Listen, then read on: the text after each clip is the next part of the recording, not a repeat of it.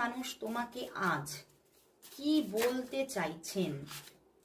তোমার ভালোবাসার মানুষ তোমাকে আজ কি বলতে চাইছেন? তোমার ভালোবাসার মানুষ তোমাকে আজ কি বলতে চাইছেন? সফল হয়েই যাচ্ছে, সফল থামছে না কেন আজকে? কি বলতে চাইছেন দেখি। ওরে বাবা, তো প্রথমেই গান চলে এসেছে।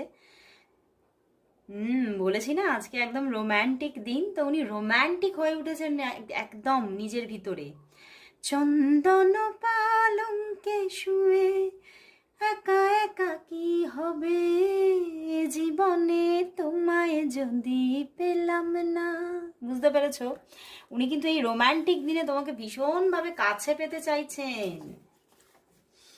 দেখো, আমি তোমার ছিলাম, আছি, থাকবো।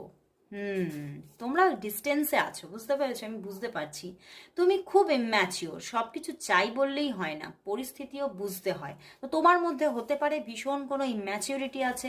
তুমি বারবার করে এই সম্পর্কটা চাইছো যে যাতে সম্পর্কটা এগিয়ে চলুক, বাট উনি নিজে কিন্তু একটা রুলস অ্যান্ড রেগুলেশনের মধ্যে খুব নিজেকে বেঁধে রাখছেন, এবং সে খুব কিন্তু নিজেকে মানে বুঝে এগোচ্ছেন, এবং একটা শৃঙ্খলাকে উনি মেনটেন করেন, এটা কিন্তু দেখতে পাচ্ছি। আর কথাটা একদম অ্যাকিউরেট এসেছে। আমি জানি তুই আমার কখনোই হবি না। দেখতে পেলে?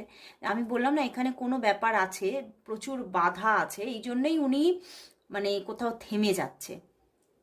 উনি খালি ভাবছেন আমি এগোতে পারি, হয়তো লাভ রিলেশনশিপটা এগোতে পারে, বাট সেটা কোনো রকম কোনো মানে একটা পরিণতিতে পৌঁছবে না, মানে উনি তোমাকে পুরোপুরি পেতে পারবেন না, এই জন্যেই ওনার পজ হয়ে যাওয়া। আমি তোমাকেই আবার ফিরে পেতে চাই, কিন্তু সেখানেই উনি আবার মানে উনি থেমে থাকছেন, কিন্তু তোমার জন্যই ওনার মন কিন্তু কাঁদছে। উনি কিন্তু বারবার তোমাকেই ফিরে ফিরে পেতে চাইছেন, তোমার জন্যই যত মানে চাওয়া পাওয়া, তোমার জন্যই সব। কোথাও আমি কিন্তু দেখতে পাচ্ছি যে উনি কোথাও মানে উনি ভেবে ফেলেছেন, যে ওনার মাথায় সেট করে ফেলেছেন যে তোমার সঙ্গেই আমার জীবনটা কোথাও যেন বাঁধা আছে, আমি তোমার থেকে